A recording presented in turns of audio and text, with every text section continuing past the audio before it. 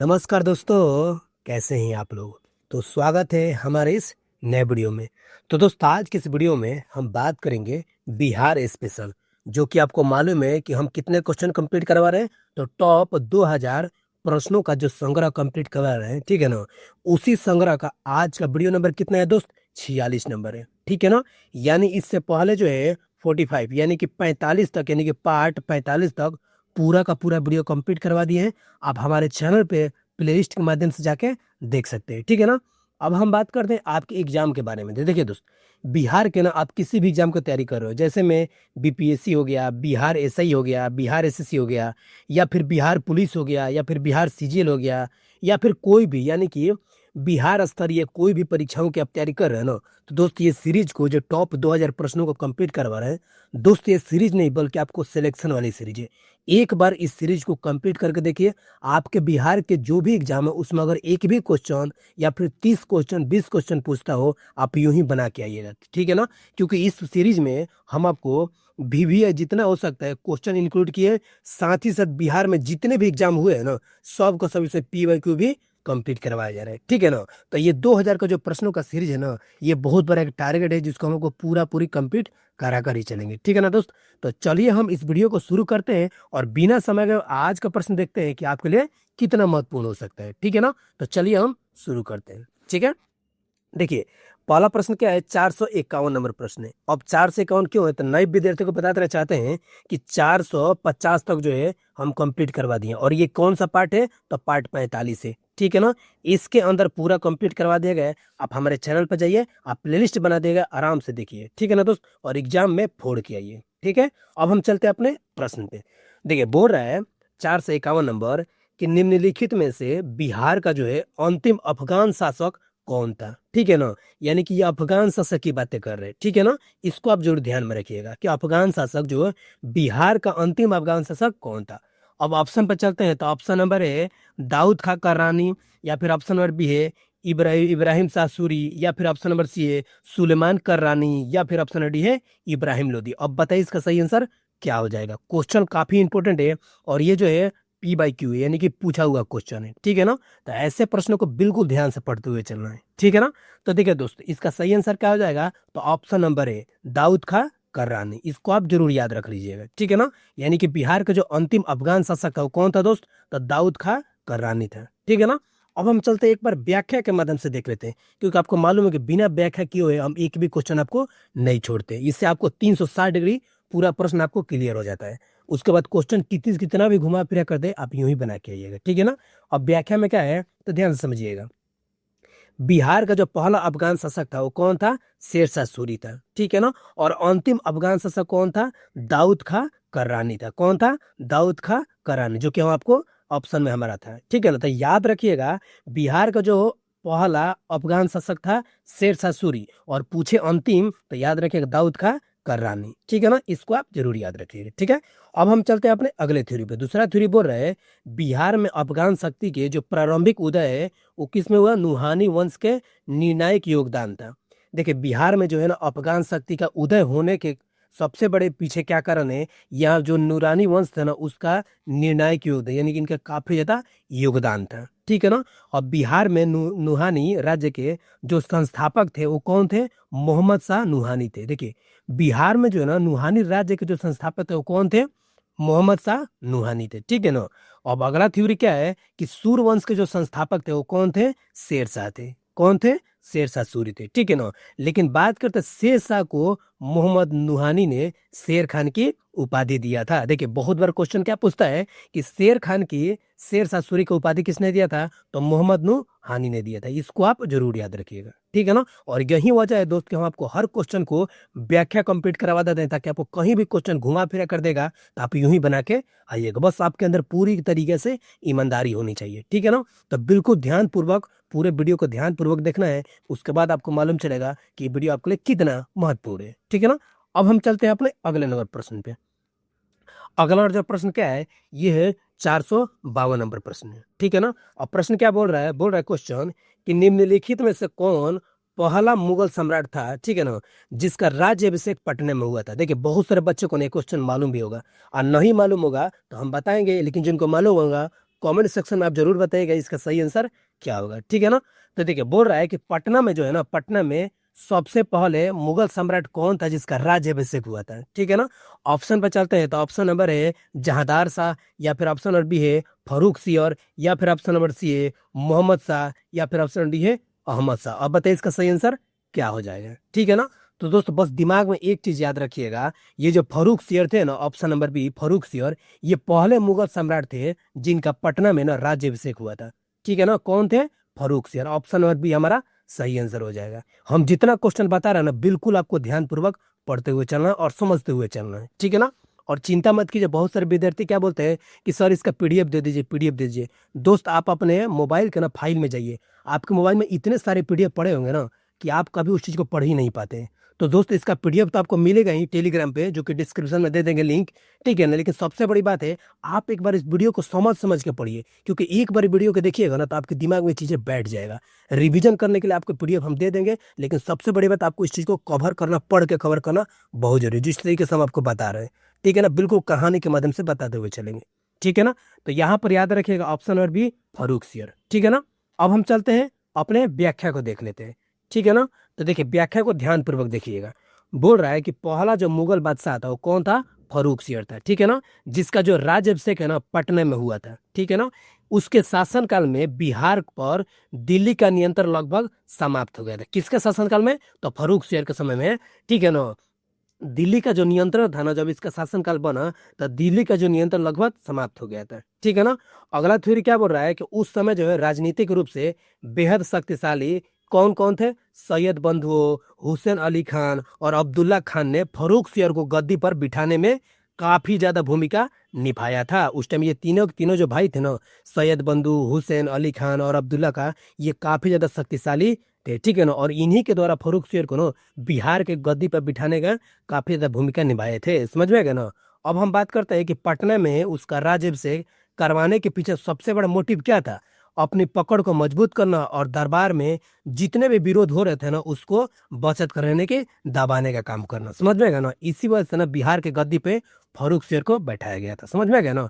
किनका के योगदान था इसमें? सबसे ज्यादा सैयद बंधु, हुसैन खान, अली खान और महती अब्दुल्ला खान, इन तीनों का काफी ज्यादा योगदान था, समझ में गया ना। तो ये जो थ्योरी है ना, इसको दोस्त बिल्कुल नहीं भुलाना है, एकदम बेहतरीन ढंग से इसको पढ़ते हुए चलना है। हम आपको तो कहानी के माध्यम से बता भी दे रहे हैं, हम आपको पीडीएफ भी दे देंगे, आप आराम से देखते चलिए, कोई भी दिक्कत नहीं है, ठीक है ना। अब हम चलते हैं अपने अगले प्रश्न पे। ईमानदारी से कीजिएगा ना दोस्तों, सब चीज हासिल हो जाएगा, ठीक है ना। तो बिल्कुल ध्यान से देखते हुए चलिए। बोल रहा है 453 नंबर प्रश्न, बोल रहा है कि 1524 में, ठीक है ना, अपने पिता की मृत्यु के बाद शेरशाह को सासाराम का जागीर किसने प्रदान किया था? देखिए ये शेरशाह सूरी है, ठीक है ना। इनकी जब पिता की मृत्यु हो गया था उसके बाद से जो सासाराम को जागीर था उसको आखिर किसने प्रदान किया था, यही पूछने का सवाल है, ठीक है ना। तो ऑप्शन पर चलते हैं। तो ऑप्शन नंबर है बाबर ने, या फिर ऑप्शन नंबर बी है इब्राहिम लोदी ने, या फिर ऑप्शन नंबर सी है बंगाल के मोहम्मद शाह ने, या फिर ऑप्शन डी है सिकंदर लोदी ने। अब बताइए इसका सही आंसर क्या हो जाएगा, ठीक है ना। क्वेश्चन काफी बेहतरीन है, इसीलिए इसको बेहतरीन ढंग से जवाब जवाब देना है, ठीक है ना। तो देखिए इसका सही आंसर क्या हो जाएगा? तो option number B Ibrahim Lodi, ठीक है ना। देखिए जब शेरशाह सूरी के जब पिताजी की देहांत होने के बाद जो सासाराम का जो है, ठीक है ना, जागीर जो है आखिर उनको किसने प्रदान किया था? तो इब्राहिम लोदी के द्वारा इनको प्रदान कर दिया गया था, इनकी जागीर को, ठीक है ना। तो ऑप्शन नंबर बी हमारा सही आंसर हो जाएगा, इसको आप जरूर याद रखिएगा। अब हम चलते हैं एक्सप्लेनेशन के माध्यम से और भी चीजें जान लेते हैं। तो देखिए ये बोल रहा है कि 1524 में अपने पिता हसन खान, इनके पिता कौन थे? हसन खान सूर, ठीक है ना, क्योंकि सूर्यवंश के दो संस्थापक थे, है कि नहीं, शेरशाह सूरी। तो ये हसन खान सूर जो उनकी मृत्यु के बाद शेरशाह को इब्राहिम लोदी द्वारा, ठीक है ना, सासाराम की जो जागीर है उसको प्रदान किया गया था, समझ में गया ना। किनके द्वारा? इब्राहिम लोदी के द्वारा शेरशाह सूरी को इनके सासाराम की जागीर को प्रदान किया गया था, समझ में गया था। इसको आप जरूर याद रखिएगा। अगला थ्योरी क्या है कि देखिए पहले जो है फरीद कहलाने वाले, ठीक है ना। देखिए शेरशाह सूरी का पहले नाम क्या था? बचपन का नाम फरीद खान था, ठीक है ना। तो जो फरीद खान कहलाने वाले बाद में शेर खान और फिर बाद में शेरशाह बन गए, ठीक है ना। ये तीन नामों से इनको जाना जाता है, याद रखें, कभी कभी क्वेश्चन पूछता है। इनके बचपन का नाम क्या था? शेरशाह सूरी का फरीद खान था, ठीक है ना। उसके बाद जो है इनका नाम शेर खान पड़ा था, और उसके बाद जाके फिर अंत में शेरशाह सूरी के नाम से जाने लगे, ठीक है ना। उन्होंने जो अपने 5 साल के कार्यकाल में ये शेरशाह सूरी की जो बात कर रहे हैं, इनके जो 5 साल के कार्यकाल था ना, समझिए कि काफी ज्यादा और बेहतरीन कार्यकाल का, ठीक है ना। इन्होंने जो सैन्य और प्रशासनिक कौशल हासिल किए, बंगाल के सुल्तान मोहम्मद शाह को हराया और पूर्वी भारत में सबसे शक्तिशाली अफगान सरकार के रूप में उभरे भी थे। समझ में आ गया ना। आज आपको मालूम है ना, जीटी रोड के बारे में जानते हैं ना, ट्रैंक रोड के बारे में, इन्हीं के द्वारा बनवाया गया है। समझ में आ गया ना। क्योंकि काफी आज जो है ना, सरकार को मरम्मत कराना पड़ रहा है उस चीज को, ठीक है ना। जो कि उन्होंने 5 साल के कार्यकाल में कितना बेहतरीन से उन्होंने भी बनवाया था, ठीक है ना। तो इस चीज को आप जरूर याद रखिएगा, ठीक है ना। अब हम चलते हैं अपने अगले नंबर प्रश्न पे, जो कि आपके लिए काफी इंपॉर्टेंट होने वाला है, ठीक है ना। तो देखिए, ये जो है 454 नंबर प्रश्न है। बोल रहा है 1908 में बिहार प्रांतीय सम्मेलन के प्रथम सत्र की अध्यक्षता आखिर किसने किया था, ठीक है ना।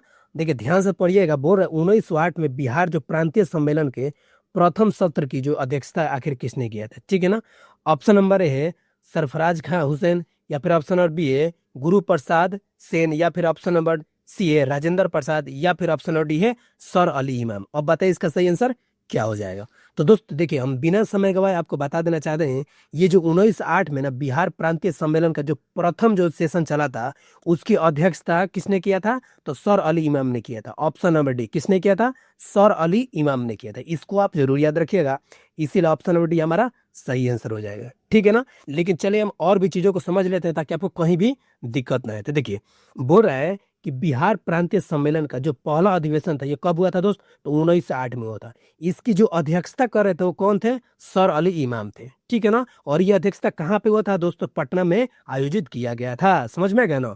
अब हम बात करें इसके दूसरे अधिवेशन के बारे में, तो बिहार का जो प्रांतीय सम्मेलन का ये जो दूसरा अधिवेशन हुआ था ना, ये कहाँ पे हुआ था दोस्त, तो 1909 में हुआ था। हुआ कहाँ पे था, तो ये भागलपुर में हुआ था, ठीक है ना। और सबसे बड़ी बात है, जो कि बार बार क्वेश्चन पूछता है कि इसकी अध्यक्षता किसने किया था, तो सचिदानंद सिन्हा ने किया था। किसने किया था, सचिदानंद सिन्हा ने किया था। समझ में गया ना।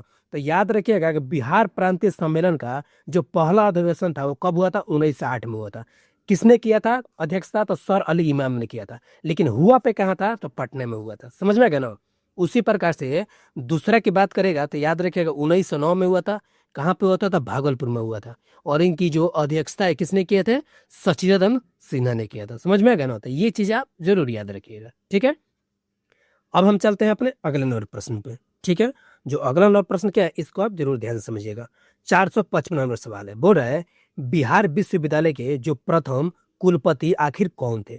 ये बिहार विश्वविद्यालय की बात करें कि प्रथम कुलपति कौन थे। ऑप्शन पे चलते हैं, तो option number A sir Ali इमाम, या फिर ऑप्शन नंबर बी है मजरुल हक, या फिर ऑप्शन नंबर सी है ब्रज किशोर प्रसाद, या फिर ऑप्शन नंबर डी है जनकधारी प्रसाद। अब बताइए इसका सही आंसर क्या हो जाएगा, ठीक है ना। देखिए दोस्तों, आपको जितना भी जानकारी है ना, पूरी ईमानदारी के साथ ना आप कमेंट बॉक्स में जवाब दीजिएगा, ठीक है ना। ताकि आपको ये भी मालूम चले कि सच में आप कितना सही कर पाए, ठीक है ना। और कोई भी राय हो वीडियो से संबंधित या चैनल से संबंधित, कमेंट बॉक्स में अपनी राय जरूर रखिएगा। आपके राय को देखा जाएगा और जरूर उस पर उचित आगे बढ़ाया जाएगा, ठीक है ना। तो देखिए इसका सही आंसर क्या हो जाएगा, तो बिहार विश्वविद्यालय के जो प्रथम कुलपति थे वो कौन थे, ये जो थे आपको, ये मजरुल हक थे, ठीक है ना। मजहूरल उल हक थे। इसको आप जरूर याद रखिएगा, नहीं कि ऑप्शन नंबर बी हमारा सही आंसर हो जाएगा, ठीक है ना। ऑप्शन नंबर बी हमारा सही आंसर हो जाएगा। अब हम चलते हैं और भी आपको एक्सप्लेनेशन के माध्यम से समझ लेते हैं। तो देखिए, बोल रहा है कि बिहार विद्यापीठ का जो उद्घाटन था ये कब हुआ था, 6 फरवरी 1921 को हुआ था, ठीक है ना। अब इसके जो प्रथम अध्यक्ष कुलपति जो थे ना, ये कौन थे, मजहरुल हक थे, ठीक है ना। मजहर उल हक थे, ठीक है ना। और उप कुलपति कौन थे, ब्रज किशोर प्रसाद थे। कौन थे, ब्रज किशोर प्रसाद थे। समझ में आएगा ना। जो ये नेक्स्ट थ्योरी है, इस विश्वविद्यालय का जो उद्देश्य क्या था, ब्रिटिश शासन की औपनिवेशिक शिक्षा प्रणाली के विपरीत, यानी कि स्वदेश यानी कि खुद के और राष्ट्रीय शिक्षा प्रणाली को बढ़ावा देना था। समझ में आ गया ना। यानी कि जो अपना स्वदेशी है उसको शिक्षा को आगे बढ़ाना था, और ब्रिटिश की जो शिक्षा है उसको बहिष्कार करना था। समझ में आ गया ना। तो इसका मेरे लिए मोटिव यही था। समझ में आ गया ना। तो इसको आप चीजों को जरूर याद रखिएगा, ठीक है दोस्त। अब हम चलते हैं अपने अगले नंबर प्रश्न पे। अगला जो प्रश्न क्या है, ये 456 नंबर सवाल है।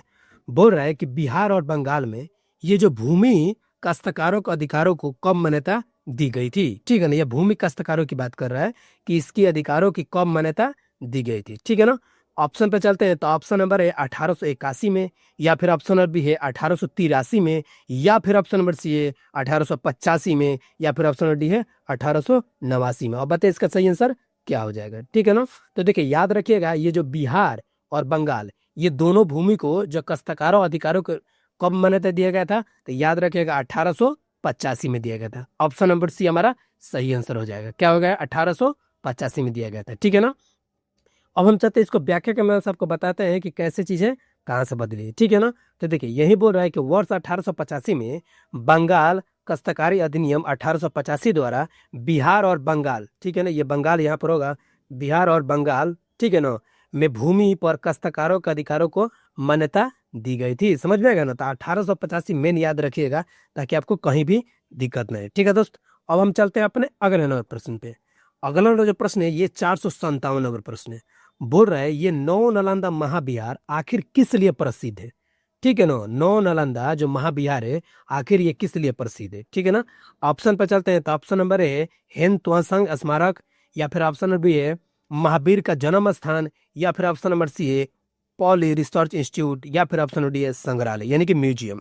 अब बताइए इसका सही आंसर क्या हो जाएगा। तो देखिए इसका सही आंसर क्या हो जाएगा, ये जो नौ नालंदा महाविहार है ना, ये पॉली भाषा के लिए रिसर्च इंस्टीट्यूट यानी कि पॉली भाषा के शिक्षा के लिए काफी ज्यादा इस पे रिसर्च यानी कि अनुसंधान संस्थान है। समझ में आएगा ना, यहाँ पर रिसर्च किया जाता है और खासकर कौन कौन से भाषा में, पॉली भाषा हो गया, बौद्ध भाषा हो गया, इस विषय में रिसर्च किया जाता है। समझ में आएगा ना। तो ऑप्शन नंबर सी हमारा सही आंसर हो जाएगा, ठीक है ना। तो इसको आप जरूर याद रखिएगा, ठीक है। अब हम चलते हैं व्याख्या के माध्यम से भी चीजों को समझ लेते हैं। तो देखिए यही चीज है, ये नौ नालंदा महाविहार मुख्य रूप से पाली अनुसंधान संस्थान के लिए यानी कि वही बात है पॉली रिसर्च इंस्टीट्यूट के लिए काफी ज्यादा प्रसिद्ध है, ठीक है ना। अब बात करते हैं इसकी स्थापना कब हुआ था। देखिए इसकी जो स्थापना ना बिहार सरकार द्वारा 1951 में किया गया था। कब किया गया था, 1951 में किया था, ठीक है ना। अब ये कौन कौन सी भाषा की बात करते हैं, तो ये पाली और बौद्ध धर्म में उच्च शिक्षा प्रदान की जाती है। समझ में आएगा ना। तो ये दो धर्मों में काफी ज्यादा वहां पर उच्च शिक्षा भी प्रदान की जाती है। समझ में आएगा। तो लेकिन मेनली याद रखिएगा ना,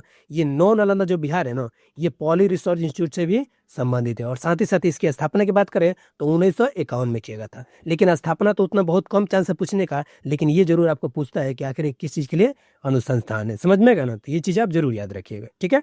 अब हम चलते हैं अपने अगले नंबर प्रश्न पे यानी कि 458 नंबर प्रश्न पे। बोल रहा है कि अकबर के शासनकाल के दौरान हरिवंश पुराण की फारसी में अनुवाद करने का कार्य निम्नलिखित में से किसे सौंपा गया था, ठीक है ना। देखिए ये जो अकबर के शासनकाल के दौरान की बात कर रहा है, ये जो हरिवंश पुराण, ठीक है ना, का फारसी में, ये हरिवंश पुराण जो थे इसको फारसी में अनुवाद करने का जो कार्य है आखिर किसे सौंपा गया था। 4 ऑप्शन दिया गया है, इसी में से आपको बताना है, ठीक है ना। ऑप्शन नंबर है अबुल फजल को दिया गया था, या फिर ऑप्शन नंबर बी है अब्दुल रहीम खाना को दिया गया था, या फिर ऑप्शन नंबर सी है बदायूद्दीन को दिया गया था, या फिर ऑप्शन नंबर डी है फैजी को दिया गया था। अब बताइए इसका सही आंसर क्या हो जाएगा, ठीक है ना। तो दोस्त हम आपको कितनी बार बताए हैं कि दोस्त इस प्रश्नों को ना ध्यान से जब पढ़िएगा ना तो चीजें आपको यूं ही समझ में आ जाएगा। लेकिन कब समझ में आएगा, जब आप व्याख्या को सही ढंग से समझिएगा और प्रश्नों को सही ढंग से पढ़िएगा। तो देखिए इसका सही आंसर क्या हो जाएगा, तो ऑप्शन नंबर सी हो जाएगा यानी कि बदायूनी हो जाएगा। ये जो बदायूनी जो है ना, ये हरिवंश पुराण को ना फारसी में अनुवाद करने का श्रेय इनको दिया जाता है, ठीक है ना। तो ऑप्शन नंबर सी हमारा सही आंसर हो जाएगा, ठीक है दोस्त। अब हम चलते हैं एक बार व्याख्या के भी देख लेते हैं। व्याख्या को समझिएगा कि वही चीज है कि अकबर के दरबार के एक विद्वान कौन थे, कुलीन बदायूनी को विशेष रूप से हरिवंश पुराण को फारसी में अनुवाद करने का कार्य सौंपा गया था। इनका पूरा नाम क्या है, तो कुलीन बदायूनी, ठीक है ना, विद्वान कुलीन बदायूनी, ठीक है ना। तो इसको आप जरूर याद रखिएगा, ठीक है ना। प्रश्नों को काफी ज्यादा पूछने की संभावना रहती है, तो इसको भी कंप्लीट करना जरूरी है, ठीक है दोस्त। अब हम चलते हैं अपने अगले नंबर प्रश्न पे यानी कि ये जो प्रश्न है ये 459 नंबर प्रश्न है। देखिए हम आपको कितनी बार बताया ना दोस्त कि इस टेस्ट सीरीज में ना, यानी कि जो ये 2000 प्रश्नों का जो सीरीज है इसमें आपको 3 तरीके से क्वेश्चन कंप्लीट करवाएंगे। एक आपको इजी रहेगा, ठीक है ना, एक आपको रहेगा आपको मॉडरेट रहेगा, ठीक है ना, और एक आपको रहेगा आपको हार्ड रहेगा। यानी कि तीनों तरीके से क्वेश्चन कंप्लीट करवाएंगे ताकि आप जिस भी परीक्षाओं में बैठे ना बिहार के, आपको कोई भी क्वेश्चन नया ना लगे। हर तरह से क्वेश्चन कंप्लीट करवाएंगे। तो ये कथन कारक जो आ गया है इसको आपको बिल्कुल घबराना नहीं है, बेहतरीन ढंग से समझना है, कोई दिक्कत नहीं होगा, ठीक है ना। बोल रहा है कि निम्नलिखित कथनों पर विचार कीजिए, ठीक है ना। हाँ पहला कथन क्या है, बोल रहा है कि भारत के संविधान की जो 8वीं अनुसूची में ये मैथिली भाषा को वर्ष 2003 में शामिल किया गया था, बिल्कुल किया गया था। दूसरा बोल रहा है कि रामधारी सिंह दिनकर का जो जन्म है वर्तमान अररिया जिला के और आइस सिंगर में हुआ था, तो नहीं दोस्त, ये गलत बात है। ठीक है ना, ये जो रामधारी सिंह दिनकर जी थे, ठीक है ना, इनका जो जन्म था ये कहाँ पे हुआ था, तो बेगूसराय में हुआ था। कहाँ पे हुआ था, बेगूसराय में हुआ था। इसको आप जरूर याद रखिएगा, ठीक है ना, बेगूसराय में हुआ था। तो पहला कथन गलत है, लेकिन दूसरा कथन वहीं पे गलत हो जाएगा। पहला कथन सही है, दूसरा कथन गलत हो जाएगा। तो अब पूछ रहा है कि उपयुक्त कथनों में से कौन सा सही है, तो याद रखिएगा ऑप्शन नंबर ए हमारा सही आंसर हो जाएगा। क्यों, क्योंकि एक ही कथन सही है, पहला वाला। दूसरा वाला गलत इसलिए क्योंकि रामधारी सिंह दिनकर का जो जन्म है ये बेगूसराय में हुआ था। कहाँ पे हुआ था, तो बेगूसराय में हुआ था, लेकिन यहाँ पर क्या लिखा हुआ है, अररिया लिखा हुआ है, इसीलिए ये गलत हो गया। तो पहला हमारा सही हो जाएगा। उसी प्रकार ऑप्शन के हिसाब से ए नंबर सही हो जाएगा, ठीक है ना। लेकिन ऐसे नहीं मानेंगे, चलिए हम आपको व्याख्या के अनुसार समझा देते हैं ताकि आपको कहीं भी दिक्कत नहीं है। तो समझिएगा थोड़ा सा है। देखिए पहला कथन क्यों सही है, तो देखिए मैथिली भाषा को, ठीक है ना, भारतीय संविधान की जो 8वीं अनुसूची है ना, इसको 2003 में शामिल किया गया था, ठीक है ना। और इसे संसद द्वारा कब पारित किया गया था, तो 91वें संविधान संशोधन अधिनियम 2003 के माध्यम से मान्यता मिली थी, ठीक है ना। और इसी संशोधन में सिर्फ एक मैथिली भाषा ही नहीं दोस्त, डोगरी, संथाली और बोडी, ये तीनों भाषाओं को भी भारतीय संविधान की 8वीं अनुसूची में शामिल किया गया था। समझ में आ गया ना, तो इस चीज को आप जरूर ध्यान में रखिएगा, ठीक है ना। अब दूसरा कथन क्यों गलत है, तो दूसरा कथन इसलिए गलत है, ठीक है ना, दूसरा कथन इसलिए गलत है कि राष्ट्रकवि जो है रामधारी सिंह दिनकर, ठीक है ना, कौन है, राष्ट्रकवि रामधारी सिंह दिनकर का जो जन्म है, ठीक है ना, ये 23 सितंबर 1908 को बिहार के वर्तमान बेगूसराय जिले के सिमरिया गांव में हुआ था। लेकिन वहां पर क्या लिखा था, अररिया लिखा था, इसलिए दूसरा कथन गलत हो गया था। लेकिन इनका रियल में कहाँ पर जन्मदिन हुआ था, तो बेगूसराय जिले के सिमरिया गांव में हुआ था, ठीक है ना, न कि अररिया जिले के और आही सिंगरा में। समझ में गया ना, तो दूसरा कथन इसीलिए गलत है। तो याद रखिएगा, यहाँ पर तो चीज आपको कवर हो गया कि बेगूसराय में रामधारी सिंह दिनकर का जन्म हुआ था, और बेगूसराय में कहाँ पे, तो सिमरिया गांव में हुआ था। यहाँ पर सिमरिया गांव का भी लगा दिया गया। समझ में गया ना, तो पहला कथन सही है लेकिन दूसरा कथन गलत हुआ था। समझ में गया ना, तो दोस्तों यहाँ पर तो आपको पूरा बेहतरीन नजर समझ में आ गया। हम आपको 91वें संविधान संशोधन में भी कितने भाषा को सम्मिलित किया गया था, कौन कौन, 3 गो, डोगरी, संथाली और बोडो, यानी बोडो, डोगरी, संथाली, ये तीनों भाषाओं को 2003 में 91वें संविधान संशोधन के तहत शामिल किया गया था। कहाँ पे किया गया था, तो 8वीं अनुसूची में किया गया था। समझ में आ गया था, इसको आप जरूर याद रखिएगा, ठीक है। अब हम चलते हैं अपने अगले नंबर प्रश्न पे। देखिए दोस्तों, जब कोई प्रश्नों को ना आप जब समझ के पढ़ते हैं ना, तो दिमाग में एक स्टोरी के माध्यम से ना बैठ जाता है। और यही वजह है ना, आपको बोलते हैं कि दोस्त अगर बिहार के किसी भी एग्जाम को तैयारी कर रहे हैं ना, तो ये चैनल को ना आप जरूर सब्सक्राइब कर लीजिए। क्यों, क्योंकि हम बता रहे हैं ना आपको, बिल्कुल आपको कहीं भी क्वेश्चन नहीं फंसने दिया जाएगा, ठीक है ना। हमारी टीम और ये चैनल आपके लिए पूरा मेहनत कर रही है। ये 2000 का टारगेट ही नहीं, बल्कि आपको लिस्ट में, मेरिट लिस्ट में नाम लाने का काम करेगा, ठीक है ना।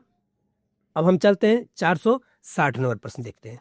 बोल रहा है कि राजपुर जो नहर परियोजना है, ये निम्नलिखित में से आखिर किस नहर की एक शाखा है, ठीक है ना, आखिर किस नहर की एक शाखा है, ठीक है ना। देखिए अभी जस्ट 2 दिन पहले ही हम आपको एक नहरों का जो है एक वीडियो यानी कंप्लीट करवाए हैं। उसको आप एक बार जाकर देख लीजिए, चैनल पे अवेलेबल है, ठीक है ना।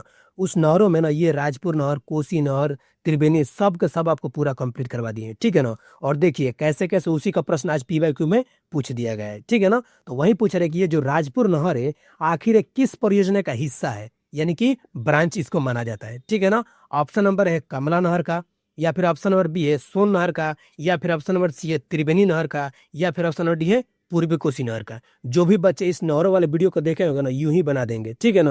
और नहीं तो हम तो आपको बता देना चाहिए, जाइए दोस्त एक बार देख लीजिए, ऐसे क्वेश्चन बहुत बार पूछे जाते हैं, ठीक है ना। तो देखिए इसका सही आंसर क्या हो जाएगा, तो ऑप्शन नंबर डी हो जाएगा, यानी कि पूर्वी कोसी नहर के द्वारा, ठीक है ना, ये राजपुर नहर का एक अलग निकला हुआ है ब्रांच, जो कि लगभग ये जो है आपको पूर्वी कोसी नहर का एक मेरे राजपुर नहर परियोजना का एक ब्रांच है, पूर्वी कोसी नहर। समझ में आ गया ना, तो इसका जो ब्रांच है ना ये वाला है।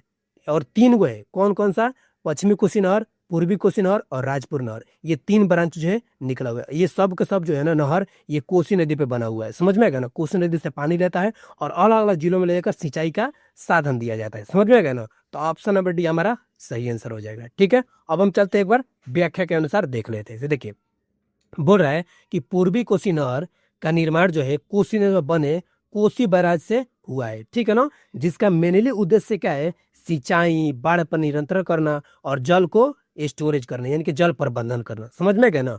अब हम बात करते हैं अगले थ्योरी। बोल रहे हैं ये जो नहर है यानी मुख्य रूप से कौन कौन से जिलों को सिंचाई प्रदान करती है, सुपौल, सहरसा, मधेपुरा, अररिया, पूर्णिया जिलों में खेती को सिंचाई सुविधा प्रदान करती है। समझ में गया ना? यानी कि ये उत्तर बिहार की बातें कर रहे हैं, ठीक है ना?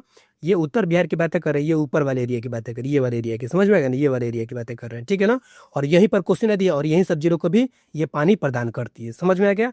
बात करते हैं अगले थ्रू पे। ये राजपुर जो नहर परियोजना है, इसी प्रणाली का एक शाखा के रूप में कार्य करती है, ठीक है ना? जिसका मोटिव क्या है, यानी कि जिसका उद्देश्य क्या है कि स्थानीय क्षेत्रों में जल आपूर्ति और कृषि उत्पादन में वृद्धि करना। समझ में गया ना?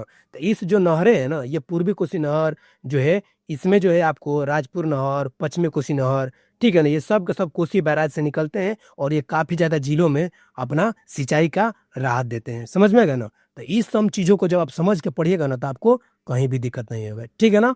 तो देखिए दोस्तों, यहाँ पर जो है हमारा का पूरा 460 क्वेश्चन कंप्लीट हो। कितना हो दोस्त? 460 क्वेश्चन कंप्लीट हुए, ठीक है ना? जो भी विद्यार्थी नहीं देखे हैं ना, एक बार हमारा बात मानिए, आप जाइए इस सीरीज को एक बार फॉलो करके देखिए, ठीक है ना? बीपीएससी में लगभग आपको मालूम है 30 क्वेश्चन पूछता है। बिहार दरोगा हो गया, बिहार पुलिस हो गया, सब में बिहार का जो जीके हो गया, ये सब चीजें का वेटेज देखने को आपको मिला है, ठीक है ना?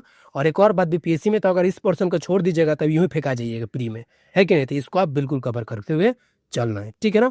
एक और बताता देना चाहते हैं, इसका पीडीएफ जो है हमारे टेलीग्राम लिंक पे दे दिया जाएगा, डिस्क्रिप्शन में लिंक दे दिया जाएगा, आप वहां से जाके ज्वाइन कर सकते हैं। साथ ही साथ इस क्यूआर कोड को भी स्कैन करके ज्वाइन हो सकते हैं, ठीक है ना? कोई दिक्कत नहीं होगा। सबसे बड़ी बात है, इस टेलीग्राम पे आपको सिर्फ पीडीएफ ही नहीं, बल्कि बिहार में जितनी भी वैकेंसी आती है उसको यूं ही अपडेट कर दिया जाता है। साथ ही साथ करंट अफेयर आपको बिल्कुल उसमें दे ही दिया जाता है, ठीक है ना? सबसे बड़ी बात क्या है कि अगर दोस्त जो भी नए विद्यार्थी हो, अगर इस चैनल से नहीं जुड़े हैं, तो दोस्त आराम से जाइए, जुड़ जाइए। आपको खुद मालूम चलेगा ये चैनल आपका कितना ज़्यादा महत्वपूर्ण होने वाला है, ठीक है ना दोस्त? चलिए मिलते हैं नेक्स्ट वीडियो में, तब तक खूब मन लगा पढ़ाई कीजिए और अपना ख्याल रखिए, ठीक है ना? बाय।